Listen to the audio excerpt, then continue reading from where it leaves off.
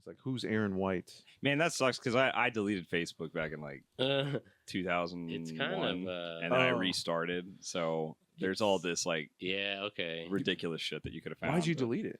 I was worried about jobs, honestly, stuff that I had done in comedy. So I wanted to get rid of it. Did you have clips out?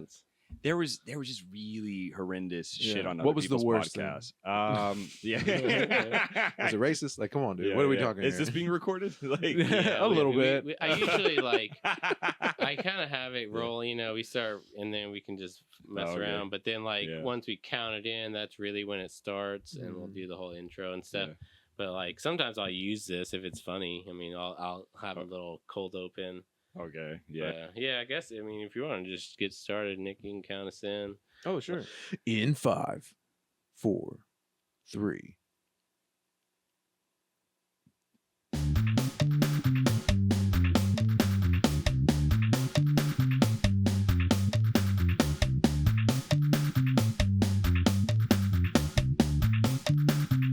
Hey guys, how's it going? Nick Campbell here, and with my good buddy David Steele. And we are Rhythm and Wit. What's going on, guys? It's good to see you. We have a new guest here today. Very interesting, talented man. Yeah, multi, lots of things going on. Yeah, let's give a good round of applause for Aaron White. Yay, what's up? Welcome. Yeah. I'm gonna need you guys to calm down.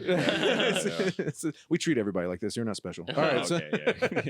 Yeah. But no, I do. Fuck you too. Yeah, that's like part of that. I was saying before, like I kind of wanted this show. It was like a more of a talk show vibe, I think, and now it's like we kind of carry that over. But it's a little cheese ball. It's fun. But it's like, I would love to do this in front of a real audience one day. It'd be fun. Well, and I know that we're going to get into it, but at the club that we're going to create, we want that to be a thing. Something in fact, sure you could do. I want to go. So I'm already scheduled to go on probably about 15 podcasts, but you guys are the first one for a reason. Great. You know? Cool. I feel like this worked out perfectly. Hopefully it's a good warm up because I've been told too we're very relaxed and I try to make things easy for the guests, and people usually have a really good time. Well, not just that. Afterwards, we also need to kind of have a setup where podcasts can be regularly recorded in a live environment, and I don't know, you might be the guy to help us make that happen. I've been figuring this stuff out for a little while now, so I mean, I'm getting better at it for sure. And I mean, I'd love to go into doing live stuff for sure. I mean, I love live performances. We record like the show you were at, Comedy on the Spot. That was cool. A couple weeks ago. I recorded all of it. I have like 4 cameras of recording. Oh, okay. Multi-angle. I mean, we run the sound out of the board, so that's kind of easy. This is perfect. Yeah, because I want to go to I want to be on as many podcasts as I can, because I'm trying to figure out which ones in Oklahoma can be recorded live and will be good enough to sell tickets. So I'm kind of going to get that vibe. But the cool thing about this podcast is I think that you may have the technical skill to kind of help put the infrastructure in place, both of you. Yeah. Well, Dave, I mean, he worked for the news for a while doing that. You got a lot of. I love audio visual. I mean, I'm a musician too, so like that's why I was telling you I have all this stuff really is for music. I mean, that's why I have 8 inputs. I don't need that for a podcast. Yeah. But like I do for music, so that's why I have it. And it's like, well, that kind of made sense because podcasting is just a simpler version of just recording. You're just recording voices. That's it. we plan on we want to hire somebody. I think we have the guy in mind to kind of be the video editor / a little bit of IT stuff. So I don't know. They can kind of work hand in hand with you too. Oh yeah. So you mentioned video editing earlier. Yeah, because editing that's what I'm kind of looking for now is like I need somebody to help me edit this stuff because now I don't have time. Like I had a job where I was lucky enough to have a lot of downtime, so I used it to edit a lot of stuff, which I love because I love editing, but it's very time consuming. Oh, it's tedious. Yeah. No, me and my wife and our experience with video editing, it's not the most fun thing to do. For sure. Yeah. I actually do enjoy it. I wish I had all the time to do it because I would, but but it's just like, it just takes time. That's the problem. Okay. But, so yeah, do you want to like jump in with any questions? Get us started. Like, do you have anything off the top you want to ask Aaron? Yeah. Tell us about yourself. Yeah. Yeah. What? So where are you from? What do you do? And what got you into comedy? I'm I grew up here in Oklahoma City, and just like a lot of other people, I wanted to leave. So so you did? Did you leave? I did. Yeah, Okay.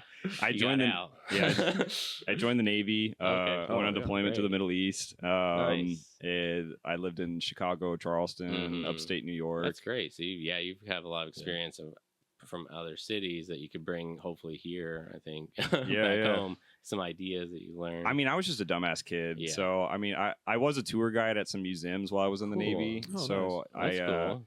at the Chicago Architecture Foundation, there was an art museum in Virginia, and then there was this place called the Samuel Francis Tavern in New York City. It was kind of neat because that's where the original Department of Defense and Department of Treasury were located when we were a country operating under the Articles of Confederation right after we won the Revolutionary War. And I was a tour guide, and while I was in the Navy, I would go, while I was stationed in Connecticut on the weekend, I would come down to New York City, and I would basically just give people tours, pretending to be drunk because it's a tavern or whatever. But that's the kind of...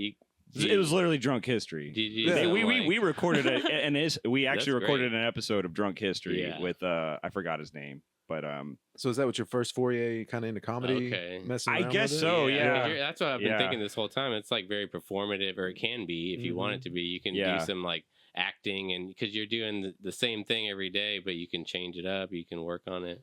Yeah. That probably. Yeah. Were I you also a character? A little. Yeah. A little. Were you like, hey, howdy everybody? Yeah. Or I'm sure it wasn't British, or you could have been British. I don't know. Yeah, it could have been. You a red coat? You a turncoat, brother? Is that what it was? Yeah. Kind of old English accent or early American accent. A lot of yees. Yeah. Before ye. Right. You know. Yeah. That's cool. The original ye. Because that's the royal ye. Something that I've always heard. Like, and I bring this up. I think I brought this up before, but I don't like mentioning his name, but Johnny Depp. But like his acting growing up, he was like a telemarketer, and that's how he got good at acting. There's a sing-songy sort of effect to it. Right. So like he was a telemarketer. Yeah. So like when before he was an actor, and it was like his early years, like or maybe his early years of acting even. But like, so every call, he would just be a different character. Oh, that's genius. I think at a certain point, even like comedians, like once comedians reach a certain level, there's a sing-songy effect. They're basically just shitty rappers. Right. Because it's like the way they talk through certain sentences, it starts to kind of make sense. Like a flow. With a little bit of like it feels weird when you're like, well, why am I changing this 2-syllable word to a 3-syllable word? I don't know why it feels better, but it does. Yeah. And you can. I mean, it's kind of tricky, but I've seen it done. And as a musician and working with songwriters, it's like they'll kind of stretch stuff out and kind of make it make it fit, but it's for the flow of it, right? Well, somebody who does that right now is really good. It's this guy, Medium Build. Have you heard of him? No. Oh my god, dude! It's like my new. Everybody, if you want to listen to Medium Build, it's on Spotify. He doesn't need any help, but I'm gonna go ahead and throw his name out there. It's my new favorite shit right now. People like might not know. Sure. Speaking of people that don't need help, Drunk History, like I was mentioning earlier, they why is Shane Gillis not rebooting that show? Random. Because that would be perfect. I don't know. Have you guys seen him do like the episode of All the Presidents, where he talks about each one with Louis C.K.? Well, I think it was. Yeah. I think that's where it came 3 from. hours of just drunkenly talking about all the presidents. This guy's a history buff, and he's known for being a professional alcoholic. So why not just combine them and I don't know, reboot it? I don't know. Yeah, we all need to find our niche. And now to the club. Okay, I'm sorry. So I'm just kidding. No, this is great. This is great. Yeah. Now I did want to find out a little bit more about you. So Sure. something in my research.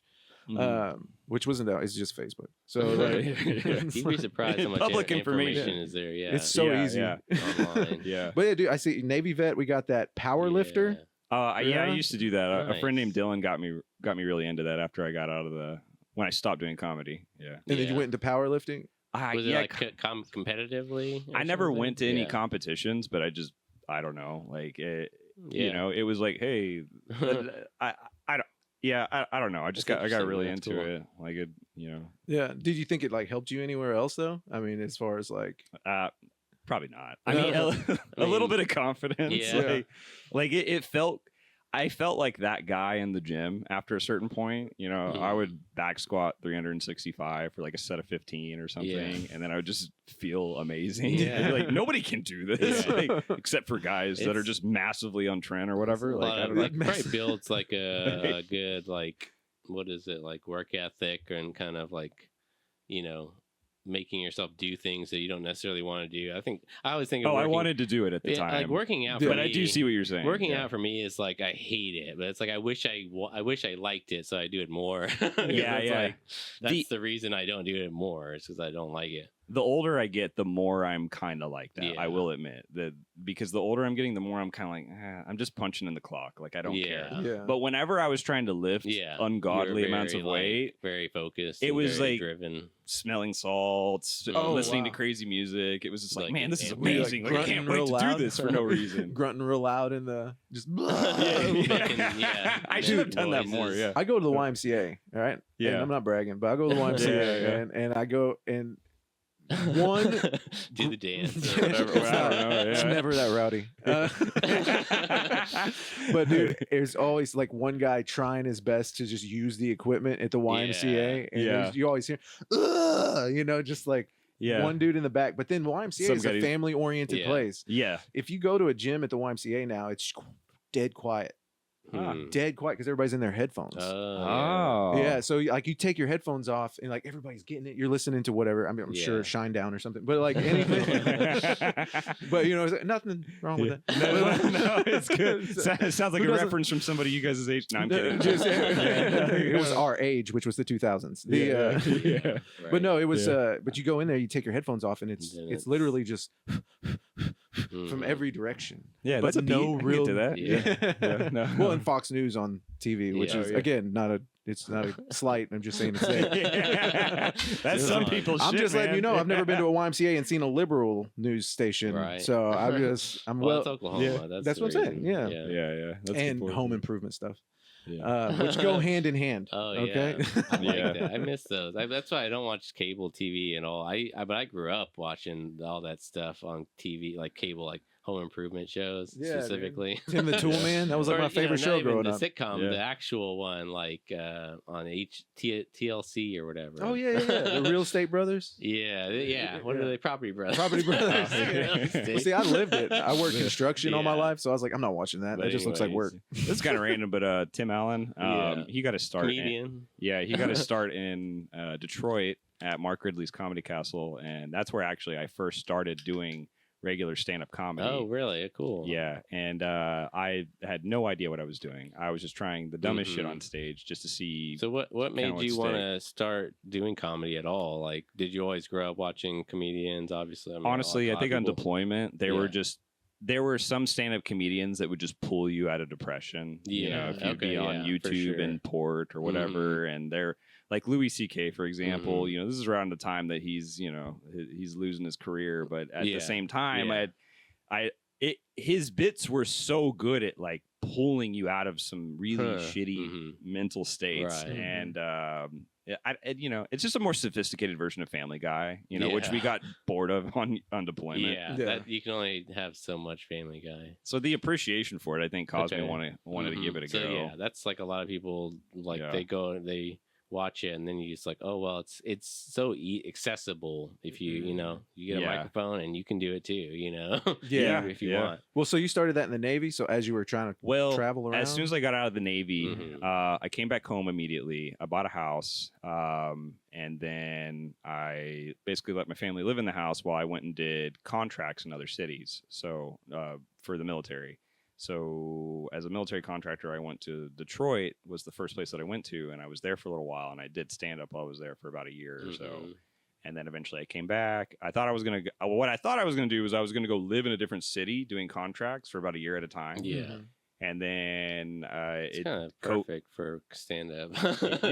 because then you can network with all of them and then build and I thought that was going to be my strategy. And it once COVID hit, I kind of started having a lot of other thoughts. I had kind of shifting your priorities and stuff for sure. Yeah, and I had some soul searching moments during it because right before COVID hit and I moved back to Oklahoma City for a month and I was probably going to go to Atlanta next, I decided to just go on a trip to South America. And I just went to a bunch of places. I went to Carnival in Rio. I went to Argentina, Dominican Republic, a bunch of other stuff. So you just went there to that travel. I need to get a wife from one of these places.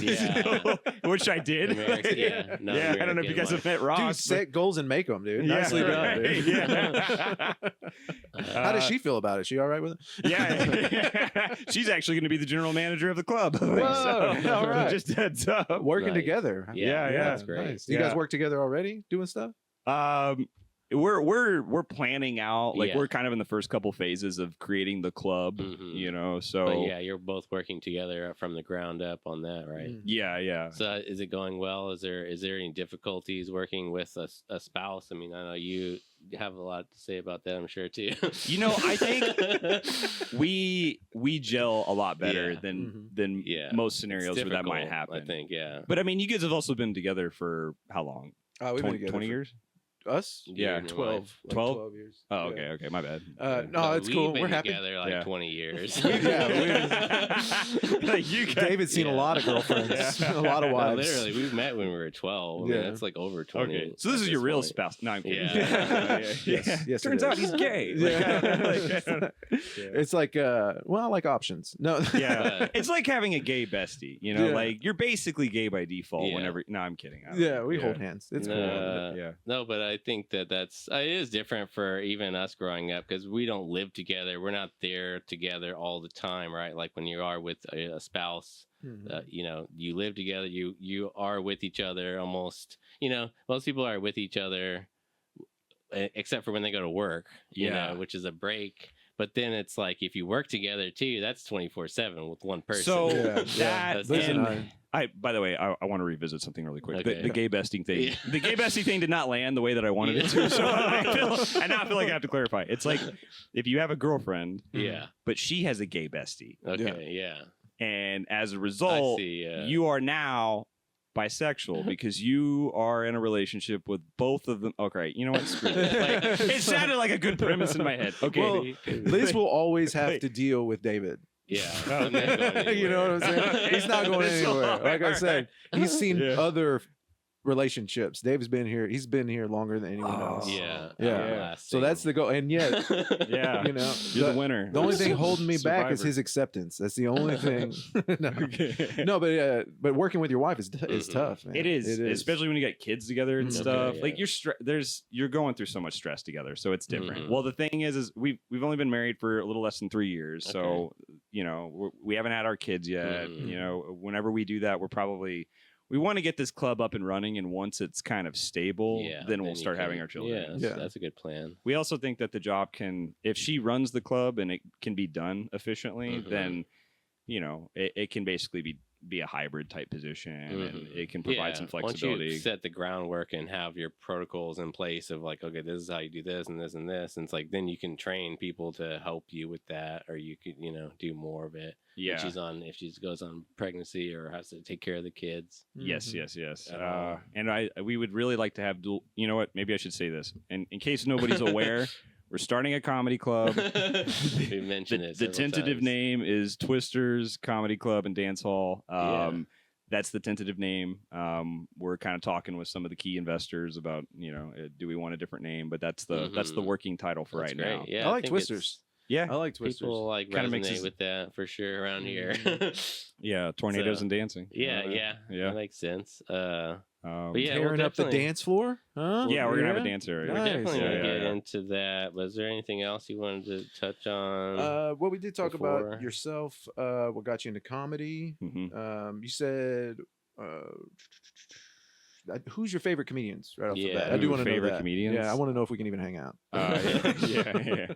It's weird because this is changing a lot because stand-up comedians in general are having to adapt a lot to this new virtual age. Yeah. So I think that, you know, what's going to define a legend in the future is different. You know, I saw Tim Dillon joking with Whitney Cummings about the fact that he's like, you know, the thing is I'm more new Hollywood. You're more old Hollywood. And she's just like, yeah, and you're never Hollywood, basically. But I agree with Tim. It's like, yeah, listen, most people below a certain age are starting to check out of old Hollywood. You know, and I think that it's the same thing with comedians. So I kind of am starting to see them now as the old Hollywood era, and then there's the new Hollywood era that's just now starting. So out of old Hollywood, I really like I thought Louis C. So I love good writing. I love good writing, but I also love edgy, heavy punches. So I like Louis C.K. And I think that he's maybe the greatest writer of all time. Mm-hmm. You know, because he's also the only one that's produced a television show. Yeah, and that is like a legitimate top 20, 30 of all time show. Besides like Seinfeld, I guess, is like the other. I mean, all right, so I'm wrong. Yeah, well, I forgot about Seinfeld. And like Tim Allen also. I mean, he was, but I don't know how much. I know Seinfeld was heavily involved with the writing. I don't know how much Tim Allen was besides the joke part of it. I mean, I don't know. So I'd say Seinfeld and Louis, like the two there are a few, but not a lot. I mean, and Louis C.K. was absolutely one of them. I mean, he's up there with. I mean, probably Seinfeld is untouchable when it comes to television. Yeah. But like, and wider audience too. But I will admit my own personal. I like the edgier, heavier punches. Mm-hmm. And I like the absurdity. And that's impressive for him to even get to that far with his style of humor too, and reaching a wider audience with that. As time has gone on in comedy, though, like we've had to kind of push the boundary further and further, you know. Whereas I think in the 90s, what Jerry Seinfeld was producing was absurd. Yeah. But if you look at somebody who's more of like a modern version of Seinfeld, like Mark Norman, how absurd is Mark Norman compared to Jerry Seinfeld? Mark Norman is a lot more heavy, edgier, punchier kind of stuff. So yes, he might lose a little bit, but you still need that sense of originality. You still need that stuff that's gonna. And honestly, a lot of audiences are going to. The audiences have gotten darker too, like especially in the past couple of years. Right? Yeah. Gen Z, like especially, they can just. Like I was amazed when I came here and I performed in front of a Gen Z audience and I tried certain material and I was like, wow. There's really a whole different audience coming out of this sort of Kill Tony era. Yeah. Like they can just handle the most wild premises. It's fun seeing those people in the same room as the conservative white Christian people. Yeah. Now that is tricky. Oh, go ahead. I interrupted. Oh, well, you'll see them kind of absorb because it's acceptable. Yeah. It's more acceptable, so that or they'll just completely break off. That's what we talked to That's tricky. Lots of different comedians on this podcast already. I mean, over the past year. And like, there are some of them that are the old school. This is how you do it. This is how it needs to be done. And then there are a lot of them too. There are more. And I think that we need to push more. At least I think that there's a lot to be said about the old school ways, though. And there's a lot. Yeah. There's a lot of value there that we shouldn't abandon all of that stuff. But you have to adapt to the future. I mean, that's all there is to it. And I think the old school comedians that can adapt to the future are going to be, you know, especially with this city. I think that they're going to be more successful. Yeah. I think and I need to probably start shouting people out when they're you know appropriate to do so. But like Julie Drake, for example, and here in Oklahoma, I think that she is doing a good job of trying to kind of figure out, find balance. Like, and I also think that she's going to gel well. I think she's, you know, how many people do we have that are qualified to potentially teach? You know, like I want to do that a lot, actually. A sort of, and I know a lot of comedians are like, well, who. You know, you can't really teach comedy and stuff. Well, it's like, but there are things that can be passed on, and it's like you have to have general concepts. Yeah, you have to put some authority on someone to do that. Otherwise, because it's like I think that Julie is one of those people that tries to teach these younger people, but they're like, "Oh, fuck you, we don't want to listen to you." And we're gonna create it. If she had the authority to say that, if we gave her that authority, then it's like, which is what we're gonna do because at some point in the future, we will have a beginners class. Yeah. We might even have a workshop class or an advanced version class because maybe some people just want that environment. Plus, also, it introduces more people who will become legitimate staple fans in the community, even if they don't go as far as you know some other people. At least they'll appreciate it and want to come to the club. For sure, builds a better audience. They bring their friends, and then I forgot the other part. But the point is what we'll do is I've already talked to her, and like we'll probably have her teach the beginner class because she's probably the most qualified to do so. Plus, she's gone to a lot the regional comedy clubs. She's done features, headlining spots, and stuff, and a lot of experience. It's always like the idea of not the idea of teaching them how to do comedy as much as like giving them tools. Yeah, here's one thing. Because that's what I talk about a lot, or I think about too. Especially with music, because I'm a musician. But it's like, what is the path to success to this? You know. And it's like there's no one right path. There's many paths that have worked for people, but those might not necessarily work for you. Yeah. But you have to try it, so, see if it does. If it doesn't, try a different thing, Yeah, when you're working on, anything creative, something that Liz, because Liz does a creative kind of like motivational Toastmaster stuff, and then she does. Hey, your shirt matches the thing. Yeah, that's kind of funny. Exactly it. There was some part of me that felt like it's not showing as much with the jacket. Was this meant to be? Yeah, awesome. Is that what this is? Yeah. I'm stealing this. I love these. I want to get like 3 more of them. So, Sorry. Point that out. Since you mentioned, does anybody else have ADHD? Is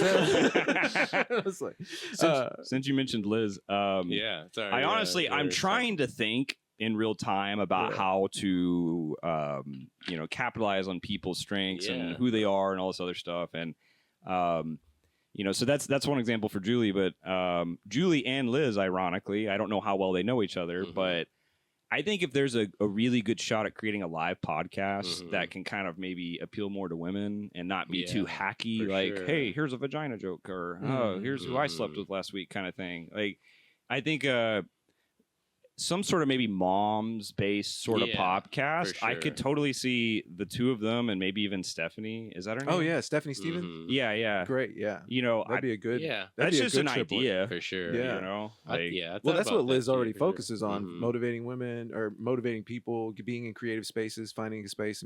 And that's what I'm saying is like in the... When you do the classes, like I said, the tools are important. Because if you try to tell anybody, I'm sure you guys know, you try to tell anybody anything, they're just not going to do it. Yeah. And then especially with comedy, everybody's kind of stuck in their ways. But I think what you do is you offer the tools. You go, this works for me. Make it a conversation. What works for you? Yeah. And we're all sharing ideas versus telling somebody what to do. Yeah, I always thought that was kind of... And I'm sorry if I sound a little more, because usually I am a little more collaborative, but like, I guess with the nature of this, I guess there's so many things I'm just excited to just run with. So I'm cutting in too much. Well, we had planned, I had planned on at some point, the goal was to make my own club. And so we've been talking about this for years as far as like, but mine was like, all right, 10 years. It's like we're not on Campbell and Son. Well, damn, I'm sorry. Do you want to just do it anyway? Well, if you could leave, please. But we've had ideas about this stuff before. Yeah, so but like our thing, I think with it is like I want to keep building my skills into that point where it's like, okay, we get to a point, and yours as well. It's like I feel like we're the perfect combination as far as like. You're the star. You're the you heard him? It's like you need to build up that face. You're the face of the Campbell, Nick Campbell comedy, obviously, but it's like you're the face of, I think, Rhythm and Wit as far as like, and then I'm like behind the scenes technical, making everything work. Yeah, it's always been that way. So it's like, but I think that we need to continue building that, and it's like inevitably, of course, it's like we're gonna get to a point where it's like, okay, now it's time to start our club or whatever. You guys would be a huge focal point in the club, but it could make more sense for us to kind of be working together, because my biggest fear going up against a corporate comedy club, since there's one major corporate comedy club in the city, is we're running numbers, we're doing budgets, we're creating, what staff org charts look like. And I do think that we need to centralize all of our efforts in one area. So it could even make sense for us to all just kind of like, we have an investment group. That's how we're approaching this. So it may make sense if you guys are open to it. Maybe you guys could be a part of the group. I don't have any money yet, but I would love to invest. And maybe we can find some way to build that in and stuff. I have skills and and time you could donate, but it's like, I'm definitely interested to be a part of it however I can, because I think it's important, and I think it's there's a huge learning opportunity if that's all it is, even for me in the end. We could definitely kind of go more into detail off camera on that one, just because. For sure. I think that's why I was excited to have you on, just to learn more about this and see where we could fit in. Of course. So. Well, that's the idea. Is we've had these ideas. We don't have the funding, but it's nice we can take this experience now and kind of. And we definitely don't have the. I think the foresight or the kind of business, that side of it, like doing the businessy stuff. It's like I definitely don't have any of those skills. And it's like you obviously own your own business, so you've learned a lot there, but I think that is something that we need. I think there's a way to kind of build it in, because the thing I care about the most with the investment group is people that care. Because there's a lot of people that actually do want to invest that I am rejecting. Believe it or not. I mean, you don't want to get tied up with somebody that's not you're gonna have to fight against later. That too. But in addition, like you guys are. if I know that you guys are going to be a big part of it, and you guys want to help kind of drive this thing in different ways, or be focal, there's so many facets to this. But I'm trying to bring as many people together for it as possible. I think it could be a community effort. I mean, obviously Julie Drake, she's someone that we've had her on the show where, I'm personally interested in building up the scene altogether, right? Yeah. And it's like building. And this club is going to be the focal point of doing that. Well, what's going to something that you mentioned was you're obviously up against the competition of a corporate club. So how are you going to set yourself apart as far as what are you bringing to the table that's going to make people go, okay, let's make this choice tonight? What's the difference? I think a few of the this is a very multifaceted answer. And I might discover a better talking point in the process of just sounding this out. But some of those points would be, so this is a social hub. This isn't just you go and you're going to a comedy club. We have dance there. We have one of the best up and coming DJs in the city. Like I think Jaime, just because radio is kind of on its way out. Jaime is the first investor that I can publicly say will be on the investment group. DJ Jaime. He has basically, the Latin dance scene was starting to kind of die a little bit for various reasons. It's a new internet age, and then he came in. And then he's kind of helped revitalized all this stuff. So Jaime Mayorga, if you guys want to look him up. Yeah, I'm definitely interested. He seems... I didn't know if you were like you're good, playing Jamie here or whatever. Yeah, no, I just have the camera switching. Okay. But Jaime, I think is going to be a key portion of helping kind of inject some local flavor into what's going on here, because he's helped to build up the Latin dance scene significantly with his Bacha More brand. But that's all.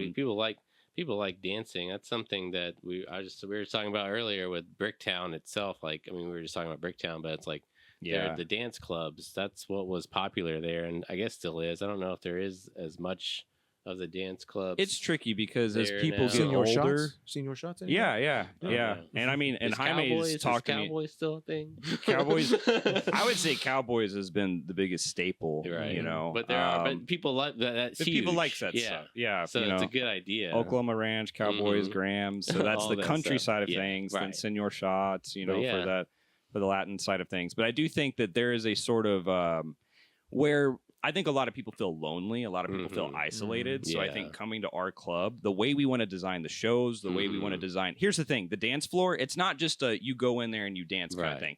The way the Latin dance scene works, the way that Jaime kind of runs it is you get to know the people in it. You make the friends. You get to, like, you're gonna have guys going up to girls and girls going up to guys asking each other to dance, because that's kind of how like bachata and salsa and merengue and all that stuff kind of works in the city in that circle. We're taking that whole circle and we're centralizing it at this club.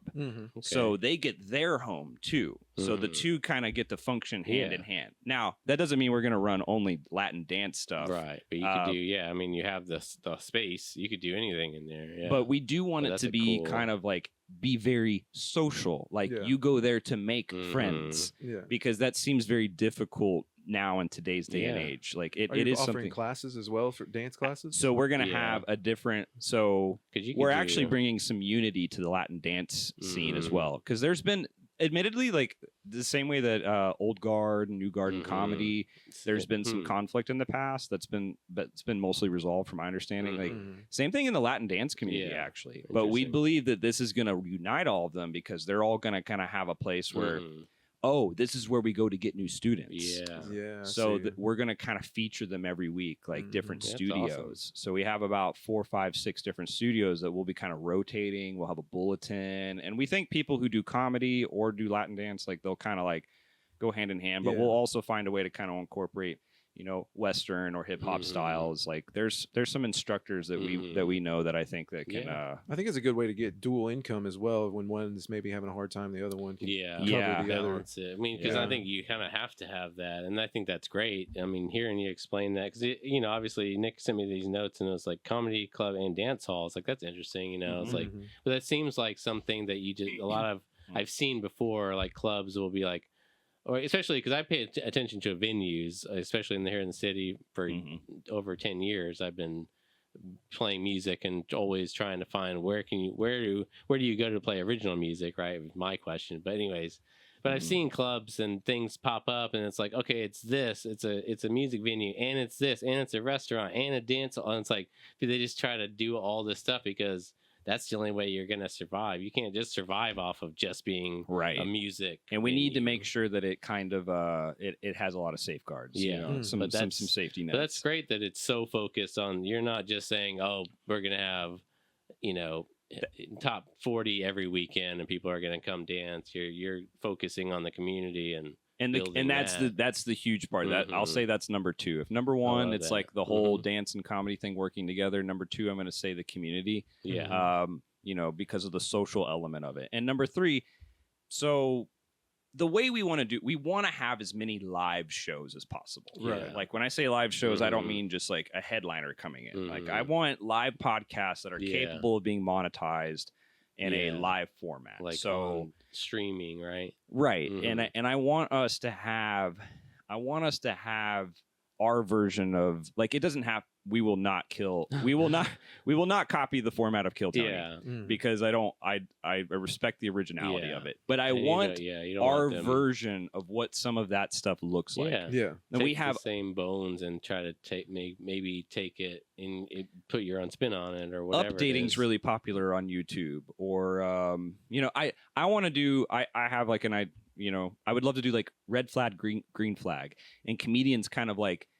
One thing that's becoming more popular, obviously, is crowd work. But I think comedians with crowd work and the dating concept, I think all that wrapped into one, I think that will be a hit. So if we do like a green flag, red flag show where we bring audience members up and we're just joking around and pairing them up together, and if they click, then we give them like gift cards or something and be like, hey, like here's a dinner gift card. Yeah, it's like, that's I mean, I've had ideas for one day. I'm gonna do it too, but I want to do a game show, like film. So I want to just film it and edit it and put it out on YouTube is my idea. But I mean, this is a perfect very open to try anything that works. Yeah. So we want to try multiple things many times a month. At first we thought, what if we run weekly shows? But maybe it makes more sense to do bi-weekly or monthly or just whatever works to keep people engaged on particular show formats. Because the variety is going to keep your audience engaged. Because again, like I said, that's what's going to set you apart from the corporate. Because what they're doing is, hey, we got showcases that are A-list people. You're pretty bringing them in. But then how are we going to, like you said, bring the community in? If you can make the community invested and involved, then they're more engaged.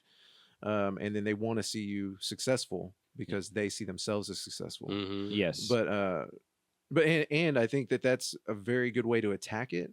Also, something else that I'm seeing, he said it was like a dance hall, but it's geared towards Latin. It's also a demographic that's not represented in comedy here or at all in most cases.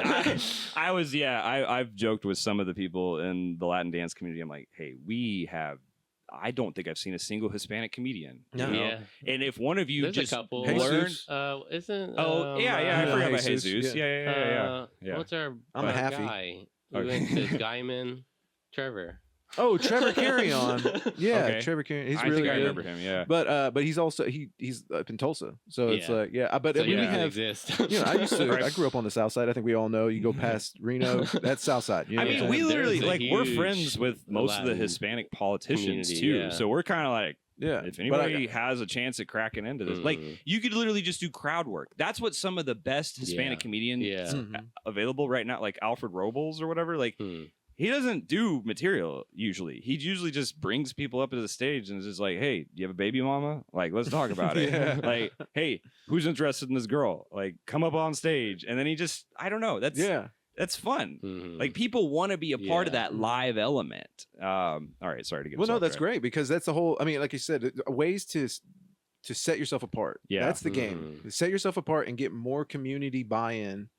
I think it's easy to do. I think something that, I mean, I've said this, so I don't really care. But like, we want to create local celebrities. Bricktown needs competition. Potentially viral ones too. But I think Bricktown needs competition. Bricktown Comedy Club. I think one, it'll sharpen their sword. I think probably. I think that's something that's missing. And then, but also a place where people can go and see themselves get there. You know, something that people I'm interested in is how are people going to get up on your stage? You know, if you're a new comedian, what's the path look like to them? We plan on running 2 rooms, honestly, which is probably aggressive for Oklahoma City, but we know that one room can be converted between like I think we hope that to have versatile options for sure. I want to come back to this thought and say that one more thing that differentiates us is it's going to be run by engineers. So everybody has an engineering background that kind of has a sort of in the investment group, you know, or thinks kind of like that. You know, me and my wife, we're both engineers. We believe in systems. So we believe in creating things that will outlive us as people. So I think that's huge because you know, normally you wouldn't get that when it comes to running a club or designing a club. You know, normally it's like, okay, I'm an entrepreneur. Yeah, I mean that's like I think about a lot because I'm a graphic artist, I'm a musician, but I like audio and tech, but it's like, how do I run a business? You know, it's like I don't necessarily have. I think that your background definitely applies to whatever it is if you're starting your own business or doing anything that your you know, your brand as a musician, comedian, whatever. It's like we all need to figure that part of it out. Both of us being kind of coming from more of a systems engineering background, I think that we're thinking about how, because normally where I would go is I would eventually be like a program manager for Tinker for a particular plane or something. And I think because of that, I'm thinking from a lot more higher level on how to like make this thing incorporate into the city. And then not to mention at some point in the future, I intend to run for public office. So all of that kind of working together, you know, I want this thing to be successful. You know, sometimes when I mention to the people that I want to run for public office eventually, like, all right, he's got skin in the game. Like he cares about the community. And, like, for sure. Yeah, that's and probably a pretty squeaky clean background if you're already playing it now. So that's funny. Man, so you guys already started on your standard operating procedures, kind of marking down everybody, what they're doing and everything. We have some deliverables that we want to have ready by January, and those include a staff organizational chart. How's this sort of kind of loosely going to run? We have ideas of some people that we want to have on staff. You know, we want to also kind of have we're also developing a budget that kind of like estimates, you know, bare minimum. What are we going to bring in? What is this going to cost? What are startup costs? We want to have a yearly schedule, you know, of how those 2 rooms are going to function. You know, what's going to happen in the big comedy room, what's going to happen in the small comedy room. Small comedy room is probably going to be a little bit more open mic oriented, you know, but whereas large one will have curtains to block it off certain portions based on how many people show up. That's a good thing to have for the bigger comedians to come through, because it's like Bricktown's fine, but it's not like a huge stage, right? I mean, I don't know what their green room looks like, but it might not even be that impressive. It's about as big as this room. Yeah, it's like where it's like you go, because I think about this from the music side, right? Like the big problem is for many years is Oklahoma didn't have a good like medium sized venue for like these, you know, not huge. You either had the Ford Center or whatever it is, the Paycom Center downtown, or you had like the Green Door, the Blue Note. You know, it's like, and so there's no in between. But that's what you need is, you know, in Bricktown you can get obviously the biggest acts in there, but it's like you could, if you had a really nice stage and a really nice green room, you know, lots of space, and it's like that attracts bigger people. That's a good question. What kind of acts are you trying to attract? Yeah. So, I feel like there's, you know, 2 things I want to answer there. Oh, so go ahead. The first one is, that was my bad. I don't fully know, you know, size-wise what this is going to look like, because Bricktown Comedy, their big room, their main room, or their room, I should say, it's pretty big. Yeah. You know, for a comedy for sure club. You can get a lot of people in there. Beyond that size, usually you're gonna be looking at a theater, because the Comedy Mothership seats less people than, I guess that's a good point, than than Bricktown Comedy Club. Bricktown Comedy Club seats about 350. Now, they do have pillars. They do have an echo, sort of like the audio has never fully kind of hit its potential, you know. And you know, I would say that and then the Comedy Mothership, it seats about 200, and it's either 220 or 250, and this is coming from a direct source that works there, because I've talked to several of the club owners, and also people who work at some of the clubs on 6th Street, and some of the other clubs around the area. Oh, I think I've heard of it, but I'm not. Comedy Mothership. It's Joe Rogan's comedy club. Okay. That's where they filmed Kill Tony. In Austin. Okay, Austin. Yeah. Okay. Oh yeah, that clarifies that for sure. Sunset Strip Comedy Club. So Red Band's comedy club. They seat 150. Yeah. Yeah. Coming from a direct source once again. Nice. So, Small and sweet. So what kind of place would you like? Do you have any like areas that you would like to be in currently, and like what kind of? I didn't fully answer your question, but I'll run here. Yeah, go for it. I'm kind of sticking on this type of the size and the what does it look like? Yeah. So we've talked to some of the some of the various businesses and stuff in the districts, and we're still kind of deciding on who we want as our real estate agent. If you don't want to say, you don't have to, or But no, I'm okay with saying it. But I'm just curious. I love the Oklahoma and how these districts are growing and in what ways. So running through a handful of the districts that we've considered up to this point, I don't think that the Plaza District is a good idea. Yeah, it's kind of they have the parking, improv. I don't think the Paseo is quite ideal either. Western Avenue District and 23rd Street I would say this. Western Avenue District, 23rd Street, which is almost the Paseo. Yeah. And then Stockyard City and Capitol Hill are a few that kind of stand out. Interesting. And the reason why it probably won't be Western Avenue District just because the parking. And it's kind of compact. A lot of these places are that's the problem. Very it's the tight. parking. Yeah. Have you considered there's a new like farmers market district that area? That one does keep coming up. It's popping up a lot. And there's White Rabbit over there. There's a few little bars there that are pretty popular, from what I understand.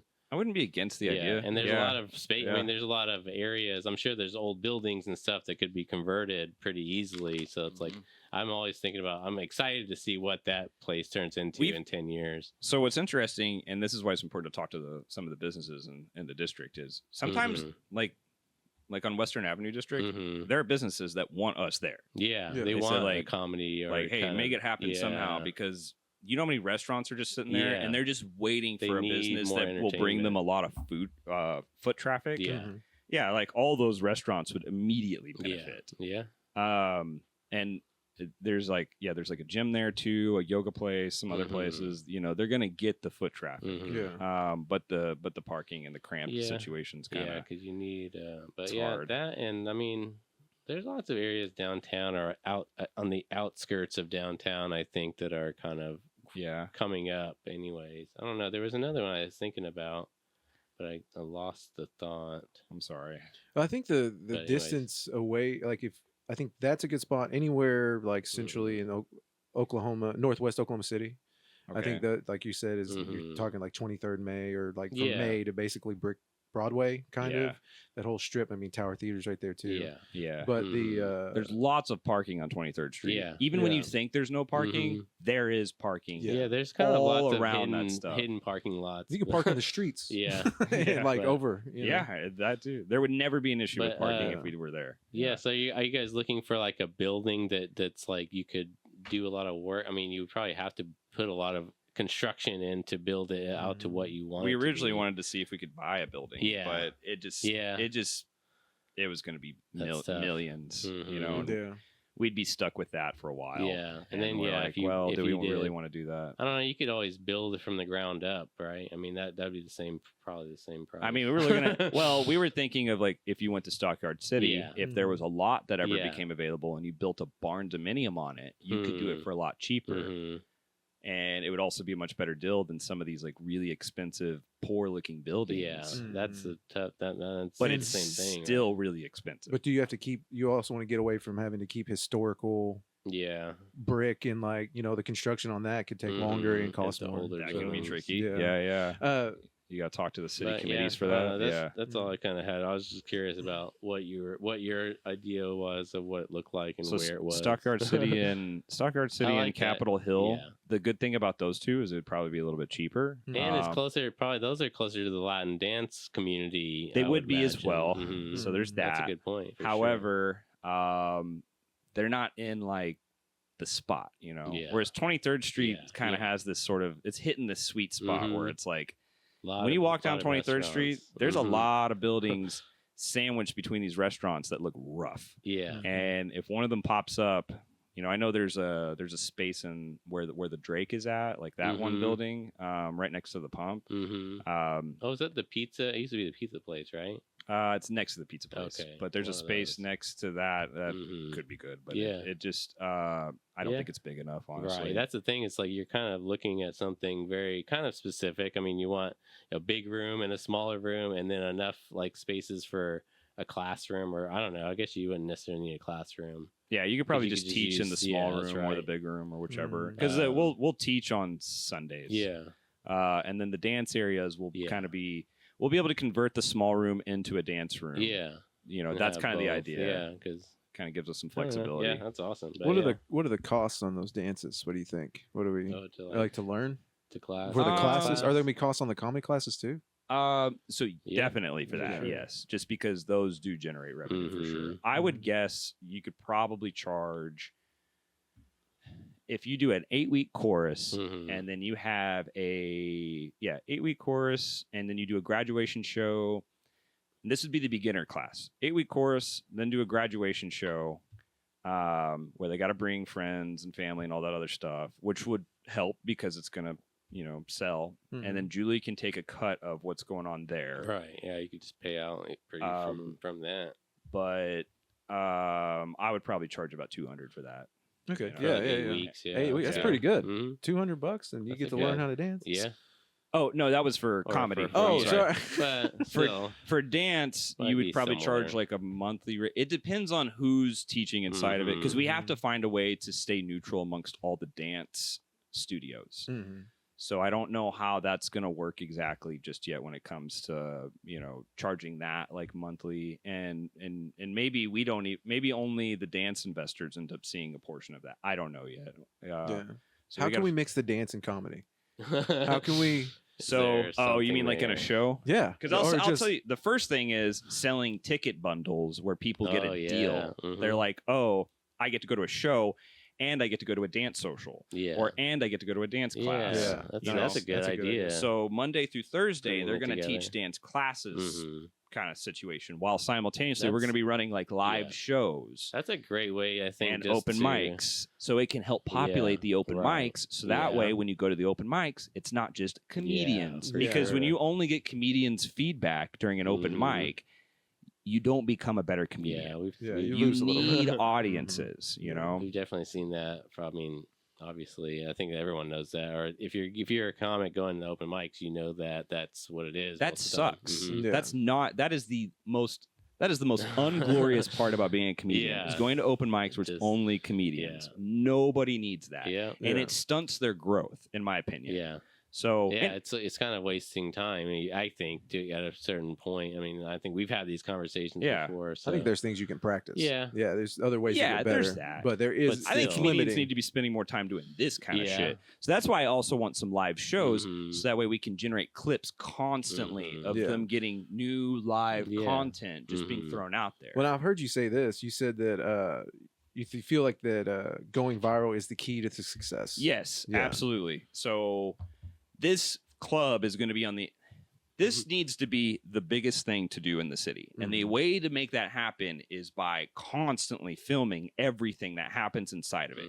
We need to have permanent cameras everywhere. We need to have as many shows where we can just generate content out of thin air, basically. So the more live shows, the better off we're going to be in that area. I want comedians to be able to get exposed to that. And then I want everybody being able to to post the clips like the next day. Like we need to be a video factory effectively. Quickly. Now, what do you think about are you thinking we're trying to focus on riff shows, things that are like material that's dispensable because you don't want to use other people's acts as far as you wouldn't be doing the showcases per se. But you could still film them. We can film, but you don't release it and you just give it to the comic or whatever. Let them deal with it. Is that going to cost it or not? I don't know. Because I look at it because I kind of do that with Nick, right? That's why I started. I'm a photographer too. Another one of my things. I love going to comedy shows and taking photos because it's so it's a way to capture something. Anyways, I won't get into that.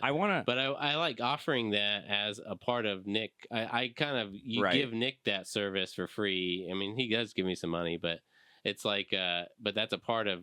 If you're on a Nick Campbell comedy show, you're gonna get photos by David Steele. I mean, that's kind of what I want. I want to do that for free, but I also know, like I want to do that for free, but I also know that I got to do two things. One, the video editing team. We're gonna have to prioritize sometimes, and if it's easy and if we can automate stuff, then I would love to do it that way. And then also, secondly, whatever the structure, the financial structure of it looks like, I need to make sure that this thing stays alive. Yeah. Right. So that's a key. I want to provide that, but I have no idea what that'll look like. I think a service like that should cost. I think, maybe you kind of have a pre-deal.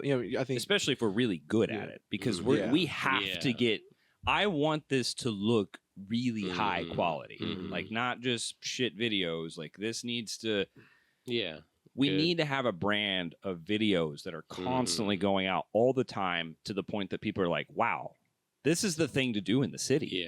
Yeah. Because if we can have 4 or 5 videos being pumped out a day, then, like short clips. You can even tag your customers that win the tickets. Right. What's the benefits to them that you could be showing them? We need to have the best scenario where, the best setup for pictures as well. When people take pictures, like I want them to, and stuff. All that stuff. Like this is going to be the most viral thing that happened to this city ever. Nice. Like that's what it has to be. And I'm willing to, the staff organizational chart has to be designed in such a way, So that's why I like talking to you. Like you guys could play a huge role in that. That's the thing, is like I know how to do it. I already know I could put out a video, because the thing is, you do it live. You set up multiple cameras all around the room. You have the audio pumping in and you're recording it, and like you have someone like me or whoever switching cameras live while it's recording. I mean, that's how you could stream it live. But then that's already done. That video is done as soon as the show's over. It's edited. Yeah. Well, how long have you been doing comedy on the spot, recording them? I think since 6-7 months. Every one we've done. I've only not filmed one of them.